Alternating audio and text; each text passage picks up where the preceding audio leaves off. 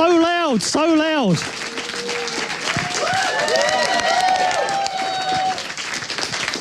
Ladies and gentlemen, welcome to the Smite European Pro League Kickoff LAN event for 2014. A $50,000 prize fund up for grabs between the 4 best teams of Europe right here in Cologne, Germany. How excited are you at home right now, Smite fans?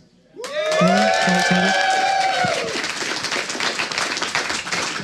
and of course, this is just part of a much bigger story. That we've already had our 10 qualifying rounds. We now have the kickoff event live today with the semi-finals and the grand final all in one day. So you're going to see all of the action from our kickoff LAN event. And then we'll move on to the European Pro League and of course North America as well in August, all the way through to October. There'll be regional finals as well. And that all leads to the $600,000 World Championship in Atlanta, Georgia in January.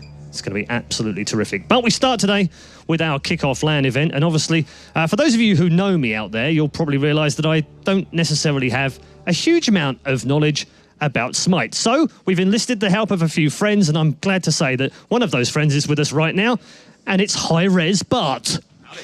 How are you? Very good, very good. How you doing? I'm excited to be here. Yep. I'm excited to see the games, and I love Germany. Yeah, no, and jet-lagged. And a little jet lag, yeah. Globetrotting all around the place, all over the world. You would never know. The makeup just covers it all hiding up. it all. Yeah. It's good, because that's Liquid sleep. That's what it does for me. Knocks 10 years off, apparently, on TV. What are you, 20? I'm at least 55 now. That's much better.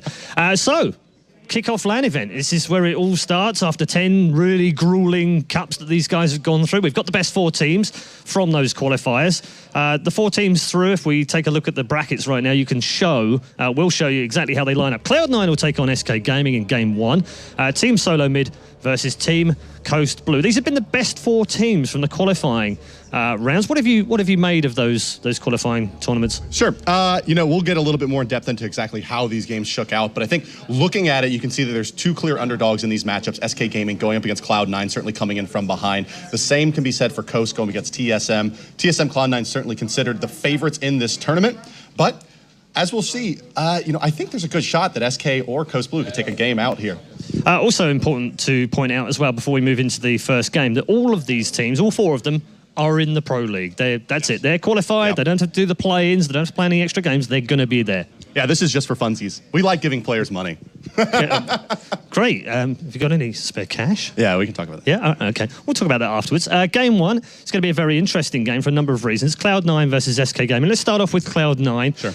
Take a look at their lineup and also talk about their season, because they have had a terrific season. When you look at the results alone, 3 wins, 5 second places, a 4th, and a blip, which was the quarterfinal that they had in week 8. But we'll scrub past that. But they have been terrific all the way through the qualifiers. They have indeed. Yeah, Cloud9's been a team that definitely has brought a lot of their play style is pretty unique. I mean, they play very aggressively. Their captain Sayo is a very, very strong player, considered probably one of the best mids in the world. And really looking at the way Cloud9 has been able to beat teams, it's been a lot of demoralizing victories, I think. We've seen them be really a perennial favorite in the European scene, regardless of what tag they were under. This team's been together for some time and have some of the most experienced LAN players in Europe. Okay. We're going to highlight a couple of those players in particular, starting with Sayo first. What are his strengths? I think Sayo, his primary strength, outside of just mechanical gameplay, is really his knowledge of the game and ability to bring really kind of pocket strats to the front. He's a player that we often see at the forefront of bringing a new meta into the game. It goes all the way back a long time ago into Paris, where he was running Kali mid. Recently has brought Isis back into the fold, was really one of the players that first kind of learned how to exploit the mid camps off the mid lane to really snowball himself, and generally speaking has been a captain of a Smite team for about 3 years now, and is truly one of the best, if not the best player in Europe. Yeah. And massive experience as well. Alongside him, there's a player whose early game it sometimes dictates how they play, Suntouch. Yeah, I think so. Suntouch, the jungler for Cloud9. His god pool is pretty large. His favorite god, definitely Freya.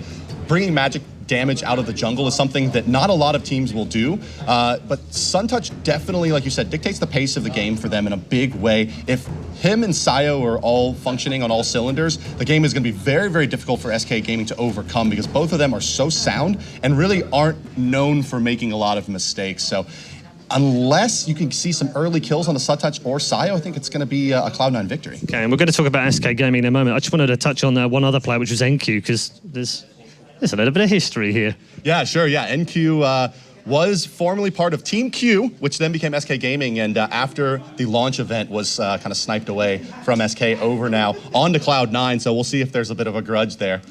Indeed. Taking a look at SK Gaming then, their season, it's been very consistent when you look at their results. Quarterfinals, 5 consecutive weeks in a row, but really week 7 is where it stands out for them. They not only did they beat TSM finally, because they played them 5 times and lost 5, but they then beat Team Close Blue and then beat Cloud9 in the final. It was a real, a day of days, if you like, for SK Gaming. I guess we're looking at this in a very David and Goliath kind of way, because Cloud9 are they are the Goliath, but SK can do this if they have a good day. Yeah, I mean, like you mentioned, they've beat all the teams at this LAN in week 7 of the qualifiers, as you mentioned, and kind of, it seems like it's like if they can turn that switch on, if they can turn the corner and find their best game, they have a really good shot at taking this down. Another thing to note about SK is that they've actually been here in Cologne for about a week practicing at the SK Gaming House, so technically speaking, they should have the most momentum coming into this LAN. And as we've been talking about, kind of, maybe it's this any given Sunday kind of mentality in LAN where can SK turn it on today? If they can, and they get this win over Cloud9, I think they have a good shot at taking down TSM as well, who has been really the team keeping them down throughout the qualifiers. So I like SK in this game just because of their knowledge and experience and their practice coming into this. Cloud9, though, like you said, Goliath to their David. Yeah, absolutely. A couple of their players we've highlighted as well. First of which is Maniac. Yeah, Maniac is a relatively new addition to the team, playing in the solo lane. One thing to note about Maniac is if you look at his god pool here, you'll see Aphrodite, Chang'e, and Ra. What all these gods have in common is that they're solo laners, and they really rely on their healing and wave clear a lot to stay in that lane. And I think maybe that's an opportunity for Cloud9 to counterpick or kind of aggress against that. If they can force Maniac into a pick that's not necessarily in that role, they may have a good chance of shutting down that solo lane with NQ. Okay, our second player of SK Gaming, possibly the most underrated in his role, is Reels.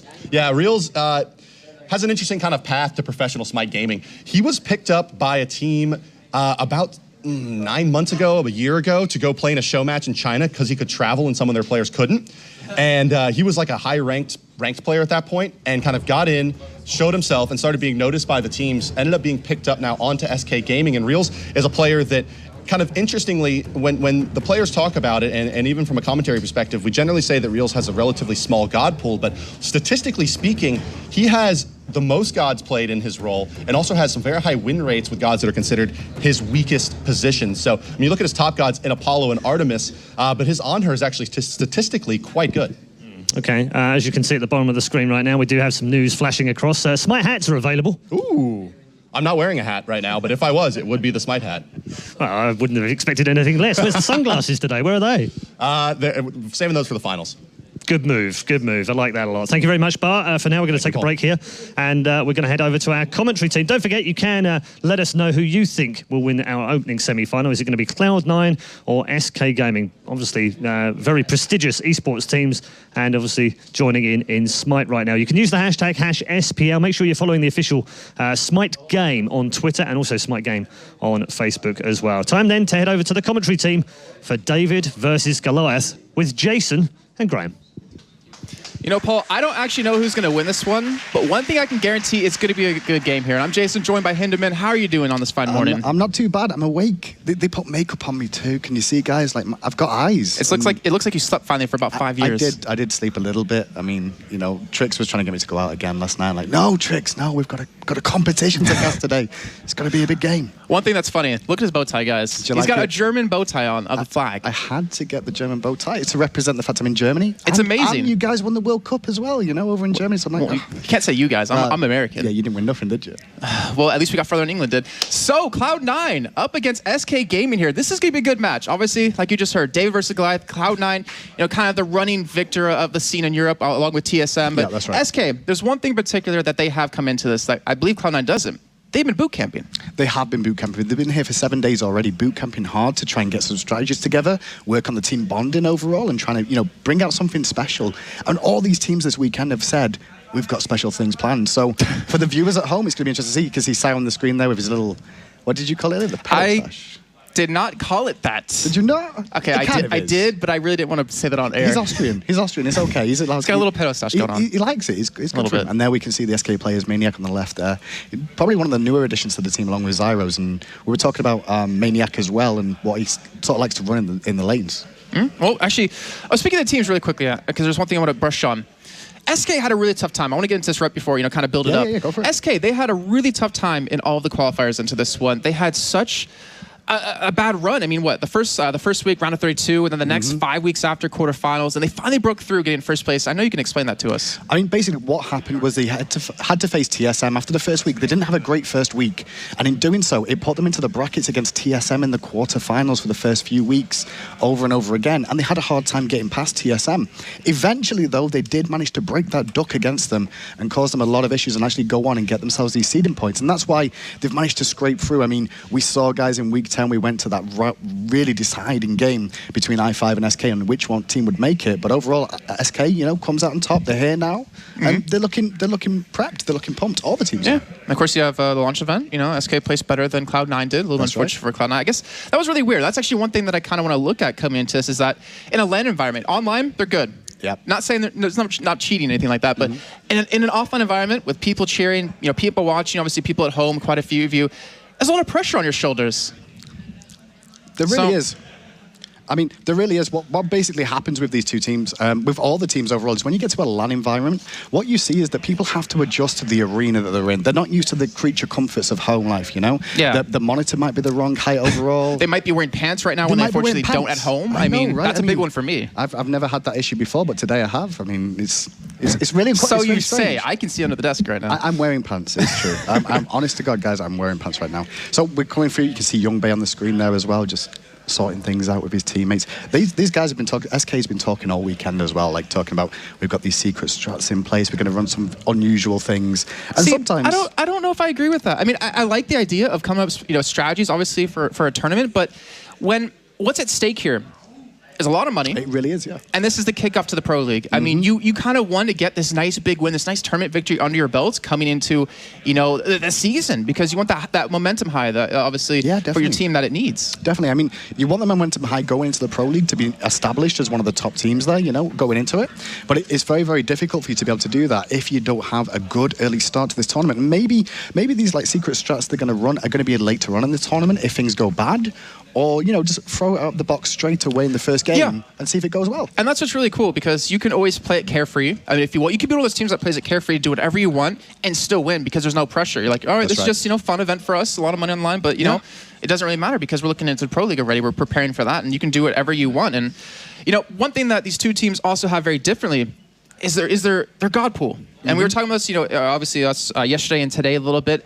There's a big difference in a couple of these lanes, and I kind of want you to touch on that because we'll start off with NQ versus Maniac. NQ plays a lot of Hobwa, plays a lot of Raw as well, and even Loki being at 7 wins, 2 losses. Yeah, Loki's really come into the meta as well in that lane. He's a very, very strong assassin-based character, and we see a lot of that from NQ. NQ's a sort of carry solo laner. He'll look to be the extra aggression in the team fights to an extent and help secure the kills. Meanwhile, though, like you said about Maniac, Maniac's a total different sort of kettle of fish, really. I mean, you look through his stats overall, and you can see it's Aphrodite, Chonga, and Ra are really the ones that he picks up. And that's generally, if you notice, all the one thing those three have in common, it's all healing. It's all supportive for sieging, necessarily defensively or offensively in those situations. So you can see SK's lineup and Cloud9's just in the solo lane have variations that you don't always see. And we can even go to middle a little bit here as you have Suntouch Freya. He has 12 wins, 3 losses, ridiculous score. Thor 9 wins, 3. Or sorry, not the mid lane. Sorry, the jungle. Sorry about that. It's all right. But still, Thor 9 wins, 3 losses. I mean, that is a lot of good games under your belt. And we look at obviously the side of SK with Zyos. He plays a lot of everything, but doesn't have any outstanding wins or any really good ratios. That's true. I mean, he's had a lot going for him overall. He's had to play through lots of different gods overall. His Mercury is very, very strong, but he does play very because you've got Maniac in the solo lane doing these sort of very healy supports. You end up seeing from him that he goes for a more aggressive assassin in the jungle and tries to carry his team from there. So it's not surprising. All right. Well, as you can see, a couple of bans already coming in. I'm gonna let you say it because you always do it so well. The first ban, what's it on SK side? Oh, that. You can go on, give it a go. Give it a go. I feel so weird doing it. Go on. Jonas. A little too high. What happened? A little too high. Did something get caught in your throat? Maybe a little bit. Jonas. Maybe a little bit. All right. So we have obviously Thor coming in as a second ban as well. Aphrodite and Apollo being taken away out of the side of Cloud9, and I kind of like the Apollo ban coming in really quick. Just want to point on that because obviously plays a lot of it, having 7 wins, but he has 6 losses on top of that. He does, but they feel that, you know, they're trying to make him uncomfortable in this. The only issue is Rom is still available here for them to pick up, so I don't know if this one's going to pay off. We'll have to see. You know, going into this duel, and like I said, look, Rom goes through, Rom gets picked up, and it's not surprising to see. I'm guessing SK have a plan against this. And Reels is one of those hunters that can play pretty much anything. That's right. That's right. He's very varied in his role overall. I mean, the team seem to feel like he's stronger on some of them than others, but he has gone through a lot of the, you know, different gods available in the hunter role overall. So it's a very difficult one to really ban out. So taking away Apollo, I guess they're looking at not taking up the split push strategy, really trying to take that out of the equation. Okay. Of you being able to use the across the skies to get across the map and rotate effectively. So probably why it's been taken away. And we pointed out, you know, Freya for Cloud9. Suntouch, like I said, 12 wins, 3 losses. He has an 80% win rate on her when, in general, between these 4 teams, has a 70% win rate. That's a very good sign for them. And also, you have Artemis behind that when you have Youngbei, who has 17 wins and 3 losses on it with an 85% win rate. Yeah, I mean, Suntouch Frey is very, very strong in the jungle overall. If he gets going with that jungler, he's very, very strong, very aggressive.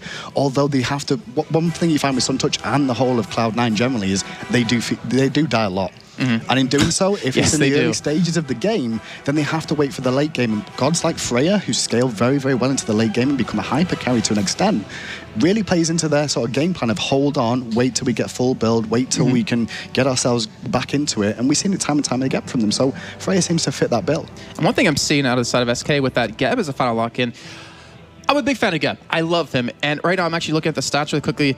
Maja has 1 win, 1 loss on him. And Half Devil, well, he has 7 wins, 3 losses, so it could have been just kind of like a take it away from the side of Cloud9. I mean, I think that was already locked in there, so, you know, the only ones really left on the table was Kumbhakana, or it was looking further into the god pool like Bacchus or something like that. So the most interesting pick here, honestly, though, Jason, is the Tyr pickup. Now, Tyr's one we don't see very often anymore due to the nerfs that they got hit to him.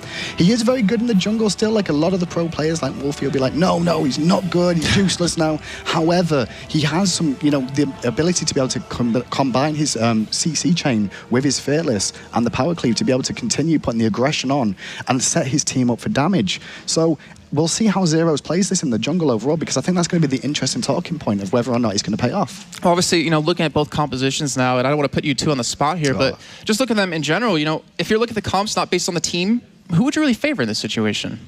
I mean, it's going to go backwards and forwards. If you look at what SK Gaming have put forward to themselves, it looks a lot like they're going to be going for a very aggressive team composition in terms of team fights. And if the team fights pay off for them with the likes of the Cataclysm coming out from Geb into Jean Qui's Exercise Demons, and on top of that you've got the Crushing Wave as well, it's very, very aggressive for them to be able to do that. So if they can actually get these team fights going, it'll pay off for them. However, we'll have to see if that's the case, because I like C9's side. Honestly, it's very, very balanced. And they have a lot of gods that they do so well and they excel on. That's one thing that kind of worries me at SK. You know, this is something I'm assuming they know. Like, you have to know this you're playing against them. You've seen them time and time over the past 10 weeks with the qualifiers. You know what they play. You better be prepared to count it. Obviously, we're just kicking off the first game here. Going to be a best of 3, and I'm actually really curious to see who's going to come out ahead in this one. Yeah, he should be interesting overall. I mean, Sal's gone for a very, you know, he's gone for the Aokwang. We know him from that amazing ultimate he did at the Fire Giant. So very safe in the early stages, but gives great zone control with that Tornado overall. So we'll see if he can provide the sort of ultimates we expect from him. Otherwise, he might go for the sort of Jerb-esque option. Shoutouts to Jerb there. And of course, we have the big baby. Always one of my favorites with the Mana, played by NQ. Little Mana in this one. He's got the little Mana skin on. Gosh. I'm a little bit sad we don't have Agni for the Swaggy skin. Oh, I can't wait to see that. It's a shame we've not seen that yet in competitive. I heard a lot of the teams talking that they might not use it because it is very loud in terms of its, you know, when it's used the abilities and such, it can distract from team fights and things. Because they're too amazed by how awesome exactly. that sound Make it is. rain, my name. I can't really do those. I just stick to Janus because it's safer. I almost wanted to go somewhere. But in terms of, you know, the early game, obviously, the games were very action-packed. The ones we looked at yesterday were very quick. But in terms of items that we see coming out, anything that kind of stands out in your head, any kind of actives that you see that kind of like a little bit interesting to see picked up this early on? I mean, the one thing to note with the early wall placements going down, if they notice Zeros has taken that blink at level 1, that's really important, because when he gets into the solo lane at the start of this game after starting off his jungle buffs, you'll see him rotating there, and if they can manage to get an early pick onto someone like Freya on Suntouch, that's going to really snowball him. So keep an eye on Zeros if he goes for the aggressive blink Fearless combo after he's helping, you know, Zhong take down this blue buff here. And I'm kind of worried here as we're seeing in the mid lane between Habwa and Ao Kong is the fact that, you know, Captain Twig, he has decent, you know, score on him. Obviously, he's 3-1 with him currently, but with football. you're against Sayo on Ao Kong. I mean, this is true. That's like his god. You'll get pushed early, but overall, it's very difficult for those mid laners to die 1v1 realistically. What you'll want to keep an eye on is Suntouch. Suntouch playing this Freya in this game right now. What you'll find is that if he can get an early gank onto Herbois and put him behind, it's going to cause a lot of issues for them. Yeah, Badger was able to stow a little bit of a camp there. They're just going to chase him away. Just try to make sure he gets after that one. And this is what I love about Geb. I'm sorry we're not seeing the Geb 1 skin, actually. But me too, actually. Me too. I'm guessing Badger didn't feel like bringing that one out to play today, for the most part. But spaceship! Yeah. I was thinking of the Lego movie there. Not just a spaceship, but multiple spaceships from like the side, like flanking him to give him this extra support as well. So. All right, between these this dual lane that we're having right now, if you look at the compositions, obviously just between the two players, who are really favoring? How's this lane really going to play out? I mean, realistically, Rom's got a fantastic push during the early stages. You'll see him use the Astral arrows just to really push that lane as much as possible. Geb obviously going to be able to just help force that one back. So Youngbei and Halfdev are going to play this defensively.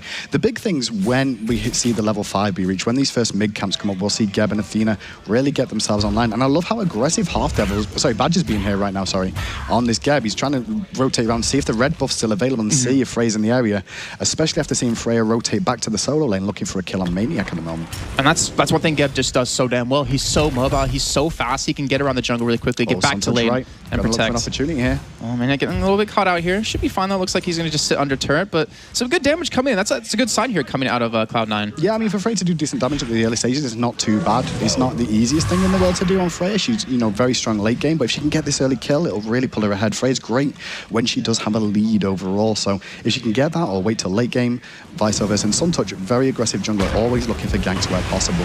And I'm really surprised they're not taking down this red buff yet overall. I mean, you can already see Zero's on that tier, taking his speed buff, and Freya, played by Suntouch right now, still hasn't gone for that one.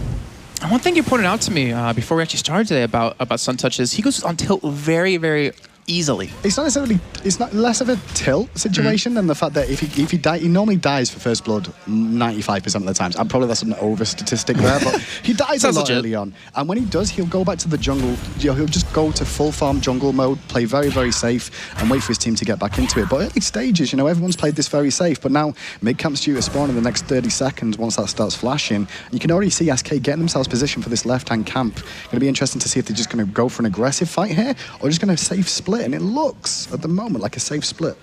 Athena is coming, though. I don't know what she will be pushed away by Ron. So going to be just a free camp for them. Yeah, not really action breaking out here just yet. And this, to me, it kind of says that teams, they want to play a little bit safe right now. Yeah, I mean, overall, what you're seeing in this game right now is everyone's playing very safe. Although Tyr going to come in for Youngbei with the blink, going to land it. Fearless Chain goes off, and he's trying to be defensive, but there's a Lawbringer coming out as well. And Reels in the sky finds the Astral Barrage and brings it down. That was big. A fantastic first game coming out, and they fed it over to their hunter as well. It gives them a little bit of extra income, obviously. Got his items up a little bit earlier on, and so far, SK, the boot camp, it looks like it's been paying off. They're doing fantastic. It does, and that's something to do with the ward placements. Like, Halfdev doesn't have any wards on this side of the map at all. He'd just gone back to base. You can see he's got 2 in his inventory right now. Just not had the opportunity to place them down yet, and it was just nice time from SK Gaming, and Zero's picking up that blink early has paid off. And actually, there's only about a 600 gold difference, but the XP difference was actually about 0 up to this last couple of seconds, where it's actually sprouted up to about 500 here in favor of Cloud9. So even though they lost a first blood, obviously, they still have a nice little bit of an XP lead. Obviously, it's kind of just catching back up right now. But again, it comes up to these teams. If we think about both of them, who in general, not even based on the comp, who's the team you're going to favor in a team fight? Realistically, with the team composition of the teams they've got here, I do like SK's lineup of what they've got for damage potential. But on the same aspect, Sion's got so much control with that tornado, and Half Devil can obviously give them the Defender of Olympus to ult in and give them extra protection to get focused. That even if they get in a big fight, like Cloud9 have an opportunity too. So it's backwards and forwards at the moment. But that early kill, is good signs of life from SK Gaming. They were technically the underdogs coming into this one. Yeah, I definitely agree. And I mean, again, considering how they got here, it's actually today, they just didn't have the best of runs, getting shut down by TSM over and over again. But when they did beat them, they showed that they were an amazing team, and that might be the team we're seeing here today. Honestly, talking to both these teams coming into this and all the teams this weekend, everyone fears SK Gaming. They think they are the strongest team. TSM said SK are the strongest, and Cloud9 themselves, they've said SK are our biggest challenge. So if, Cloud9 do win this one and it goes off against TSM, then they both underrate each other, and overrate SK Gaming in that case. But Suntouch middle lane, going to look for the whoop, find it. Oh, will he actually get locked down? He's going to actually just speed away. Looks like they were a little bit uncoordinated there. Not maybe the best of communication, but Twig does survive. And Hobwa, I mean, he's one of my favorite mages, to be honest. Yeah, I mean, he's very low mobility, though, and he's easy to pick off. You saw him use the beads there, the purification beads. Now, with that being only level 1, 180-second cooldown burnt there, and he's not going to have them available again if they come in again.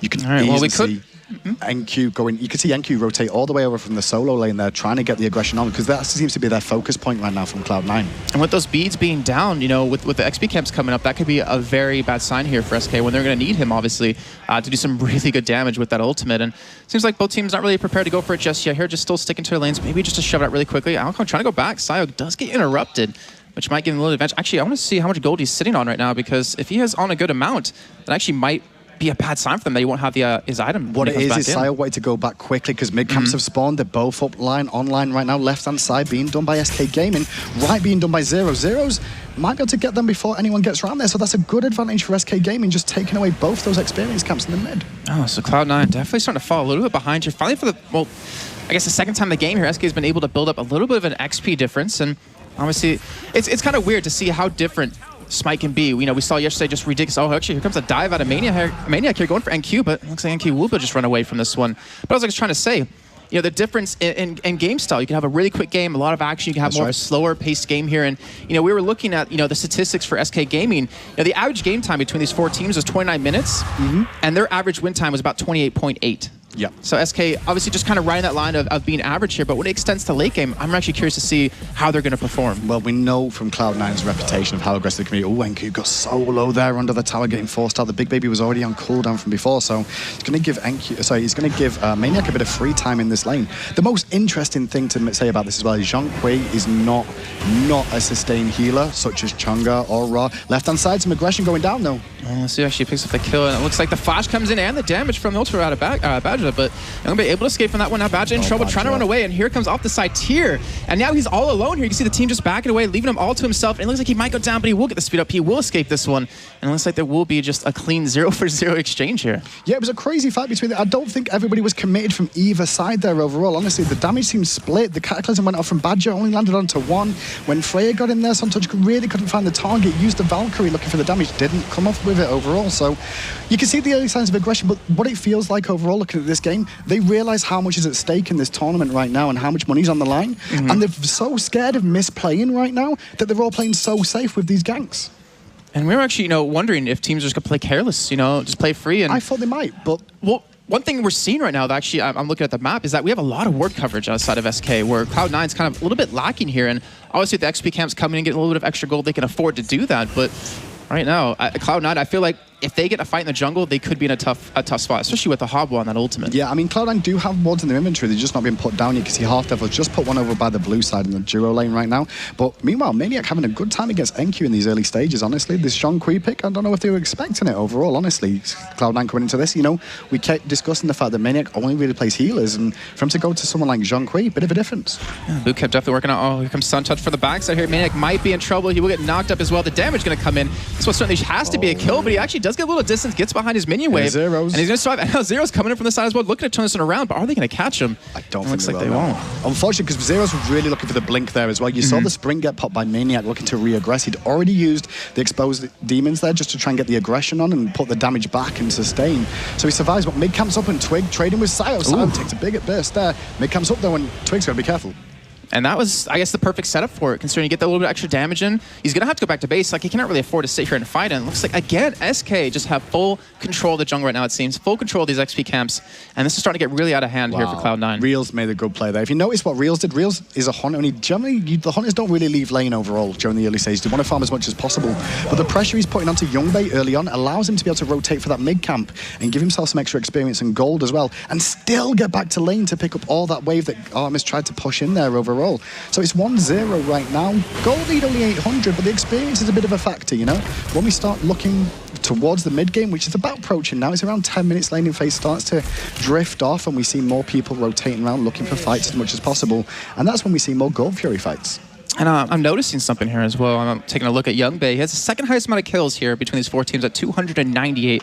But look what he's built up here already. He's gone for the Heartseeker very early on, and he's very confident in his ability to not be taken down.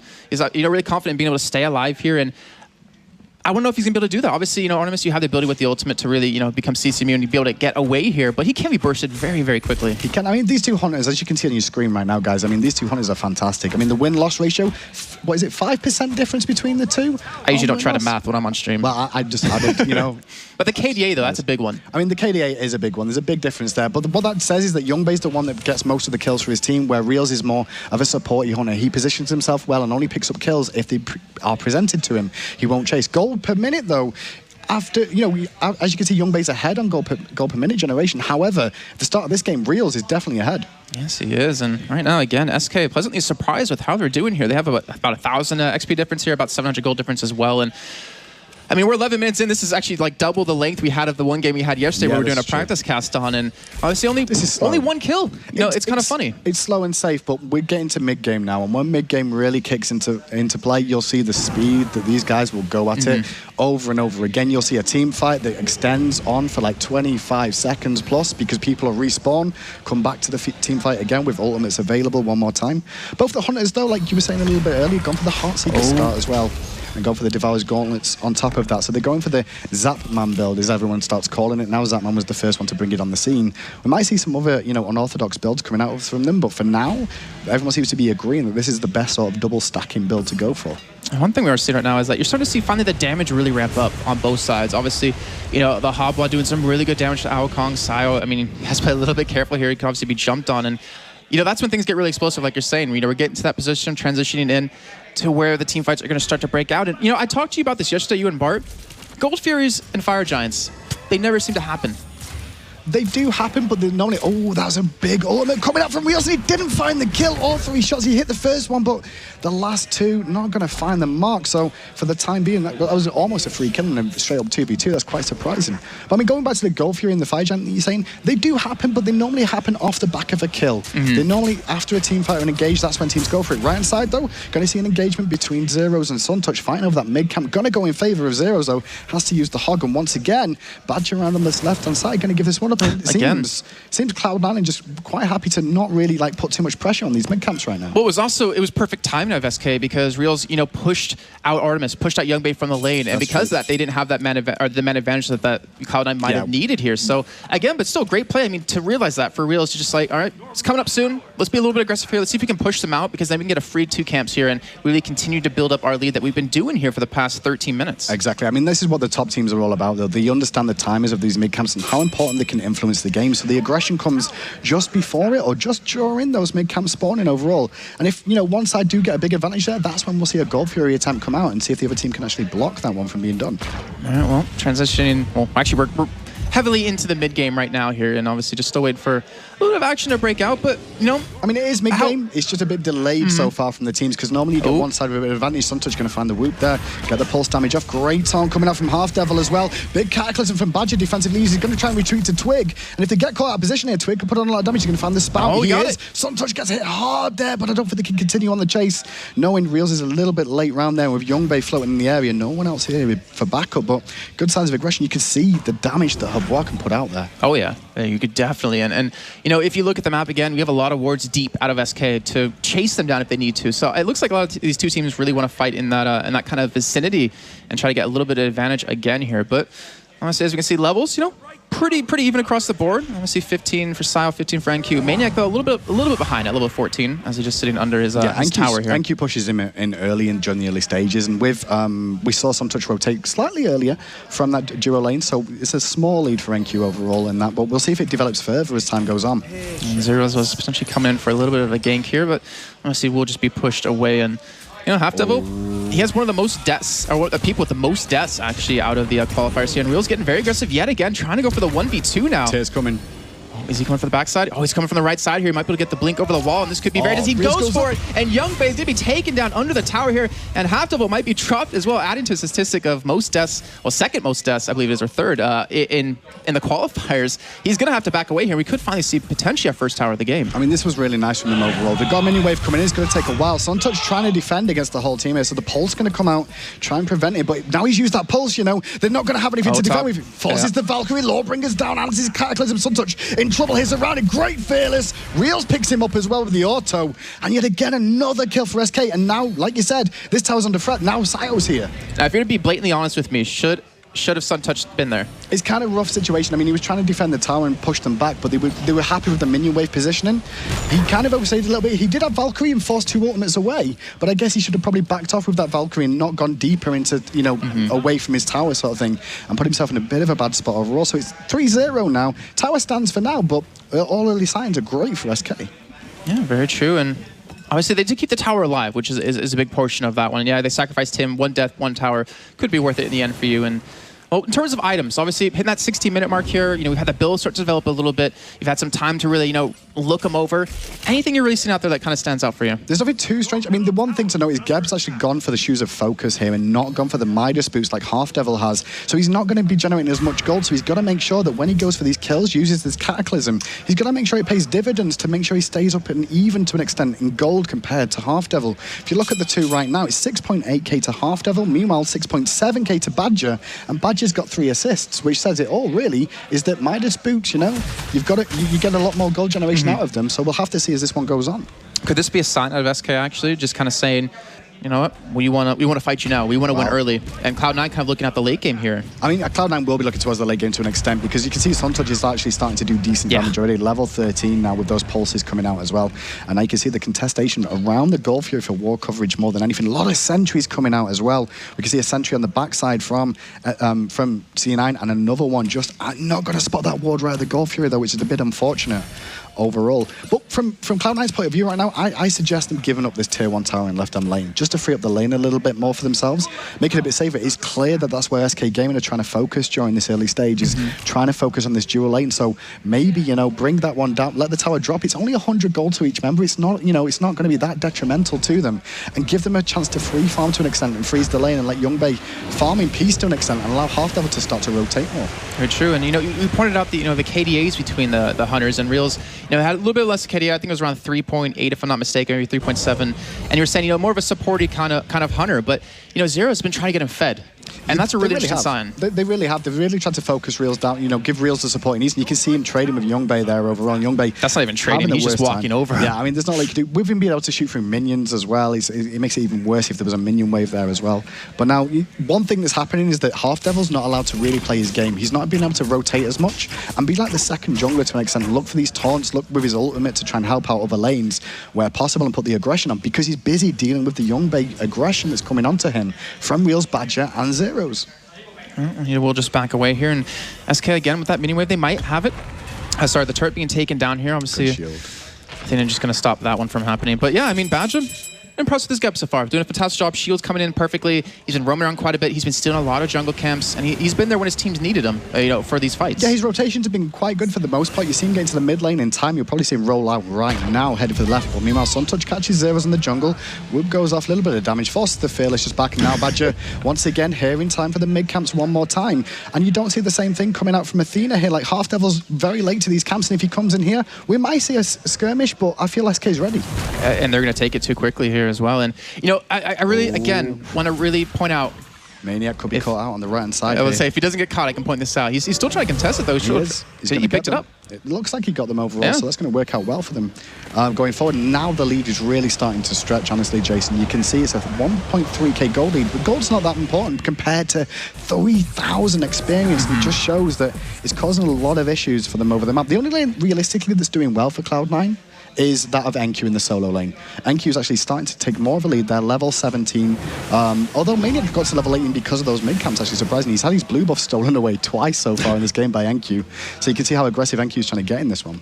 And one thing I again, really want to focus on is the game awareness SK has. Again, I mean, before those XP camps came up, what happened, obviously, in the side lane with the duos? Reels pushed the lane in, and then he rotated to help out. And then, of course, you saw Youngbei, you know, sitting with Half Devil on the turret, trying to protect it, and they weren't even there near it for the XP camp. So, again, SK, just the awareness is fantastic out of them.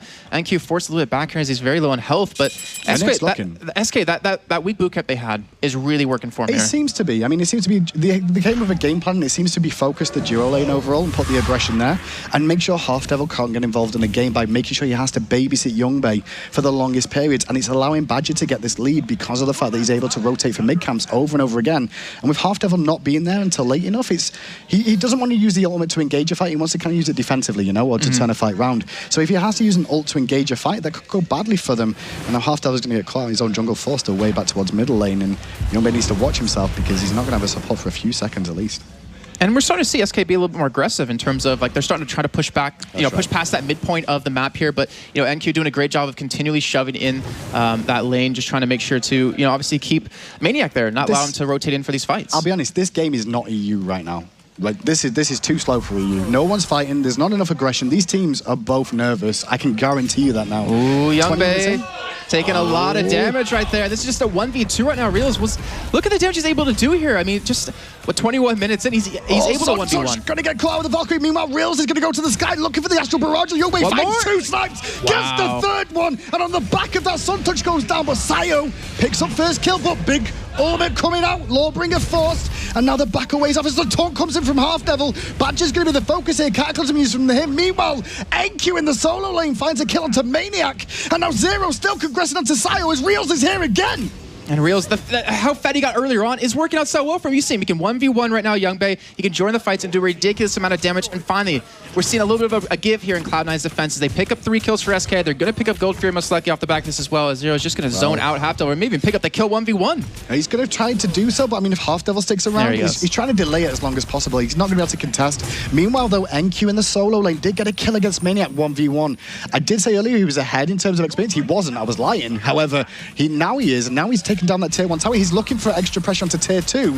And so there's signs of life out of Cloud9 as well, although SK played that really, really well, honestly. With how that fight broke out, Cloud9, though, Sao got a kill, and good response. Got a solo kill.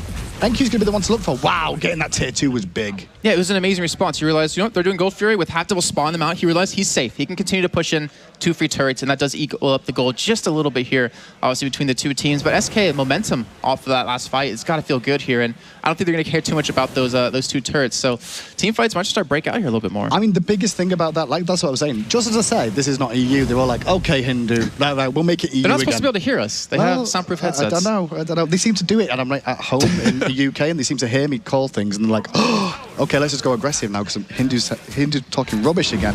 But one thing to note, right, with NQ actually doing this in the solo, then this is big for Cloud9 right now. He's going to be the backbone for their team in this stage because Youngbae's been focused a lot in this game. He's not having the best of games, and with that Half Devil can't get involved. You can see Youngbae 0-3-0 right now, and it's not like he's playing bad. It's just the fact that they're being so aggressive on him over and over again, so they need to look elsewhere for their help. And that's going to be NQ mid lane. Taunt lands on Reels, a great shot from Badger again, and he's just going to be able to walk away. Now they're looking to siege mid. We'll see if they can't do it. And, NQ, I want to touch on Rand really quickly. Since he has been pretty much left alone, we've seen no jungle interaction with that lane except, I think, once out of Zeros.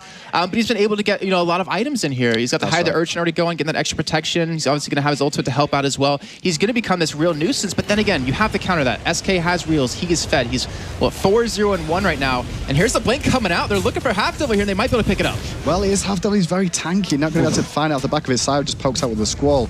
But the thing about NQ in this lane right now, he's taken down both towers. And if they leave him here alone against Maniac, Maniac's going to be in trouble because now Sun Touch is here for starters. Oh gosh, the big baby comes out and Sun Touch picking up a kill here. Finally, Cloud9 has secured at least 3 kills. Captain trying to chase them down, but they're going to be able to back away. That's a really good ult. Is Reels getting caught out? I don't know. No, actually, no. Reels He's the one actually fighting 1v2 and doing, taking Half Devil down to half health. Yeah, I mean, Reels is in a really good position right now. Nearly finished the Executioner as well, so his build's coming along. He's getting onto his crit stages as well.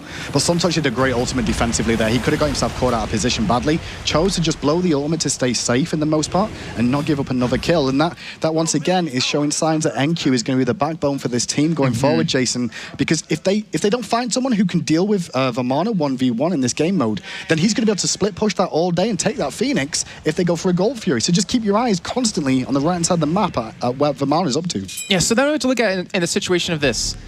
We're most likely going to have 4 and 4 team fights then, because you have to leave someone to stop that split pushing from coming. You're going to have to leave Maniac there. So if it comes to a 4v4, with these lineups in this stage of the game, now who are you favoring? Because we're not going to have that 5th man there. It obviously changes the whole dynamic of everything. It depends if Vamana does come. Vamana may join the team fights. It's whoever's going to do it. But I think Vamana will want to keep Maniac out of those team fights because Jean-Kui, with the amount of AoE damage he can do, you don't really want him involved in these team fights at any stage of the game. Well, you think about all the AoE damage that SK has. Exactly. It's ridiculous. I mean, I said this at the start of the game, the amount of AoE they've got available to them. But now Sun Touch going to go for the mid camps as well, contesting over here. Oh, Rel's coming from the backside. He's coming from the left. We'll see if he can get something. Meanwhile, Captain Twig gets caught out a little bit in middle lane, but he's zoning for the most part. There's a big cataclysm in from Badger, and the Tempest Storm's gone not connected at all as Real's doing great damage in the sky. Lord. Crushing wave. SK are looking great. Captain Twig coming up huge. That is 3 kills. Maybe looking for number 4 here, but Young Bae will be able to get away after this one. But finally, now we're going to see some pushing. We're going to see middle turret be pressured here, maybe even the tier 2 here in just a few seconds. And they should be able to pick it up. But they have still 30+ seconds on the majority of the team here out of Cloud9. They have all the time in the world Fire here. Giant? Really? Really? You think that's a smart choice? It's a risky I feel like they could have got a Phoenix. I mean, respawns, they've got 30 seconds until Sio's back up, and 17 on Half Devil, and that's the jungle, that's the support, that's the one with the Hog 3. And you can see Sun Touch is also down. He only had Hog 2. NQ's going to play baller here to try and stay in this. Here comes the big baby. Can he defend? He's looking for, he's pushing out Captain Twig right now. He's actually able to pick up a kill. Young Bae secures it, but SK does get the Fire Giant. He's still committing to the fight here, and he's got to back away unless he wants to get taken down. He's looking for Badger, and he's doing some good damage. Athena's coming in with the ultimate, though. Will she be able to do anything else from that? NQ's going to get out in the nick of time, but Half Devil surrounded by the members. The Fearless Chain from Zeros. Going to keep him pinned in for the most part. He's looking for Badger. He's only got auto attacks, though, and Zeros with another kill on a killing spree once again. And now we know why Half Devil has the 3rd or 4th most deaths out of the qualifiers. He doesn't care about himself, but he kept his teammate alive. Yeah, I mean, he is all about team play overall. He got there, he thought they could possibly turn it around, get a kill or 2 out of it. That was a great call from SK, though, honestly. Like, they took middle tower. They could have taken a tier 2, realistically. Chose the Fire Giant, knowing it was only NQ there, and NQ put up a pretty good fight overall. They picked up 1 kill, but immediately Zeros turned straight onto Young Bae in that situation and brought him down, so he couldn't get himself involved in the fight any more than that. If Young Bae was protected a little bit better, if Half Devil was still alive, they could have possibly turned that one. Well, obviously, hindsight's always 20/20, and that's one thing we get to see as a commentator. Obviously, things could have gone a little bit different, but now, obviously, SK with the Fire Giant going to go for Gold Fury yet again. This will be their 2nd one of the game. Yeah, just securing a little bit of extra, money coming into this one, and looking at overall, they have a 2,200 gold advantage. They have a 8.6 thousand XP difference here. Obviously, we're hitting that level 20 point, so not much of a big difference. But they have 4 people at level 20. When you look at the side of Cloud9, they have NQ and Sio. That's it. Yeah, I mean, Bae's slowly getting there. Sun Touch a little bit behind in the jungle at the moment, but this is Cloud9 we're talking about here involved in this game, and it's Cloud9 at a deficit. And when Cloud9's at a deficit, you never count them out even then. If they've got Phoenixes standing, Jason, I guarantee you they'll defend them within an inch of their life. They are probably the best team in the world right now at defending Phoenixes. So we'll see if they can continue to, defend against this Fire Giant. They'll probably lose a couple of towers here. I agree with them giving up the Gold Fury as well, because it's not worth trying to contest at this stage. I mean, you could lose if you get wiped out here. And I like how you mentioned about Cloud9, hold on to the Phoenixes, because I was looking at their average win time is 31 minutes, the highest of the 4 teams here, and their average their average time is 31 minutes, their average win time is 30, but they're the slowest of the teams coming into this, and that kind of shows that they're one of those teams that can defend later on. Those are one of the teams that it doesn't matter how far behind they are, they can still come back and win. They never give up. They never keep the morale. You can see Twig going aggressive on Sio again. He's a spout, and that's going to force him back for the most part. But now, left-hand side, they're all going to see jump. Maniac going to rotate around here very late, but they can't contest this. He's just going to give it up. Look at Badger just happily tanking away this tower, puts the shield on himself, bring it down. And this is smart from Cloud9 to give this one up. Like, if you don't fight at the tier 2 tower, you fight at the Phoenix, and that's where we'll see the big base defense. And my interesting point is SK going to go for the Phoenix now or to pick up the extra gold from the other towers? Well, it's their choice, and it looks like they will continue pushing and at least force pressure onto this Phoenix. They have, Cloud9 cut out just a little bit. They're not in the right position to defend it, and they could potentially burst it down here. Half Devil going to be going in. Badger gets a nice little bit of a knock up here, and Half Devil committing to this one. He might be taken out before he can do anything. Devil did go so far forward. Lawbringer on the backside from Zeros. Reels goes to the sky looking for the snipes. What's he going to find? Well, he's focusing down. Sun Touch is going to drop 2 thanks to Maniac, and now NQ's going to run away because Big Baby's down. Crushing Wave not going to connect. Serpent over the back hits Maniac, but not bring down the kill. SK looking great right now. They have 3 kills. They're looking for the Phoenix here. They're having them forced back. You see Sio able to escape, but actually, no, he's getting chased down here, and he looks like he will drop to Reels. Reels is so ridiculous. 6-0-7 right now, and this is game. This is it. They're going to look to end straight away. They're tanking up with the Fire Giant on them as well. Zeros gets the shield as well from Geb. And game 1 right now looks like he's going to be going to SK Gaming. If anyone thought SK were the underdogs, Jason, they're just showing they're really not right now. Like, oh. Well, we're being shown that the teams are right. They were saying that, SK, they're a team that's been pricing hard. They're a team that can cause a lot of upsets here. And, their game plan of it was a little bit slow. but it was efficient, it was smart. They used map awareness to the highest extent, obviously taking those XP camps multiple times, and when it came down to the fights, they were always there. They were always in the right position at the right time. They chose the right decisions overall. The focus was Zeros to go to the duo lane, and that was their focus for the whole game. Take out duo lane, keep Half Devil pinned in that lane, so he couldn't rotate for the mid camps, get the lead from the mid camps because you're getting the extra experience and gold available to your team. And then once that pressure's on, force it elsewhere. NQ, though, played fantastically considering, you know, he was 1v1 for the most part against Maniac. They had signs of life there, but he just kind of picked up a 1v1, picked up 2 towers, but, you know, only one person can do so much in a team game. And, you know, one person in particular we need to talk about, Reels. I mean, Reels play well. Zeros, he facilitated the ability for Reels to get fed and to get big. And we saw at the end of the game how much damage he was doing from the sky and even chase them down. And, you know, again, typically, Reels isn't really one of those hunters that really puts up big numbers. And right now, he's been able to do that. Yeah, I mean, Reels is very, very safe overall. What he generally does is he'll just pick up kills when they're presented to him. He won't dive deep for them, but Reels, with that ultimate, with the Astral Barrage from Rom, he can pick up those kills from safe distance.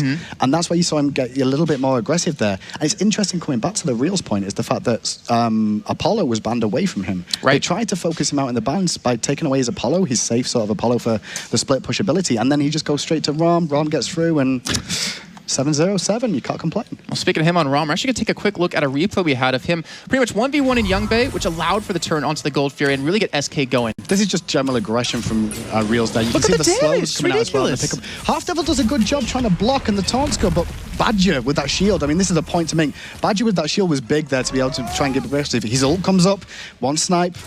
He's taking his time. He's so patient. You have, that's the biggest thing. But on the backside of that, you'll see the aggression continue on as Sayo actually finds a kill, and now he's going to actually focus the tower down. Look at this, he's like, okay, my team's still fighting, I'm going to push down the tower, take the tower, trust his team in position to let him know if there's trouble, and he sprints around the backside here looking for more. And like I said, he only hits what's in front of him to an extent, but that focus on Sayo was fantastic, and now Half Devil left alone can only back away, and that just shows the whole control of what SK's game plan was over and over again. Focus the duo lane. And again, the map awareness. I mean, Cloud9 clearly didn't have it right there. They knew. They knew Reels pushed down that tower. They knew that happened, and they should have known he was potentially going to come around from the backside and pick up a couple of extra kills off of that. And unfortunately, they didn't really notice that. Obviously, they're going to have a little bit of time now to really talk things over, figure out what went wrong. I'm curious now out of SK, do they feel so confident they can play a little bit more, you know, relaxed into this one? It's an interesting one because they came in with a game plan of focus duo lane. You could see that right from the outset. It's going to be focus duo lane, try and bring down Youngbay a peg or two, get Rom big, get Reels big, and then progress it from there. If they try and do the same thing in game 2, I don't think it'll work as well because I expect Cloud9 will have an answer to that this time round. They probably went into that one going, well, if we didn't have Freya in the jungle, for example, I could have rotated over more and helped protect the duo lane more, and we could have released Half Devil to rotate for those mid camps a little bit more often as well, keep the pressure off. But, you know, the tier pickup is one of the biggest things to mention there, is that a lot of people say Tyr's not good, but in the right hands, in the right composition, he is viable. Well, you mentioned he got nerfed quite a bit, and he did. I mean, they took a lot of his damage away. It didn't look like when Zeros was playing him, though. It's always in the right position, and the blink he had as well really opened things up. And either way, that's going to mean SK is going to be 1 game up here against Cloud9. Really unexpected, at least on my part. Probably a lot of viewers out there as well. But we'll see you guys again in a few for game number 2. Exciting. Thanks very much, gents. Yes, so SK Gaming, the underdogs, as we said before the game, have a 1-0 lead from game 1. Can they lock it out in our second game? We'll find out very shortly. It is, of course, just one part of a very big story. The kickoff LAN today with the semi-finals and the final all leads into the European Pro League, which is coming up in August, and then onwards to the World Championship in Atlanta.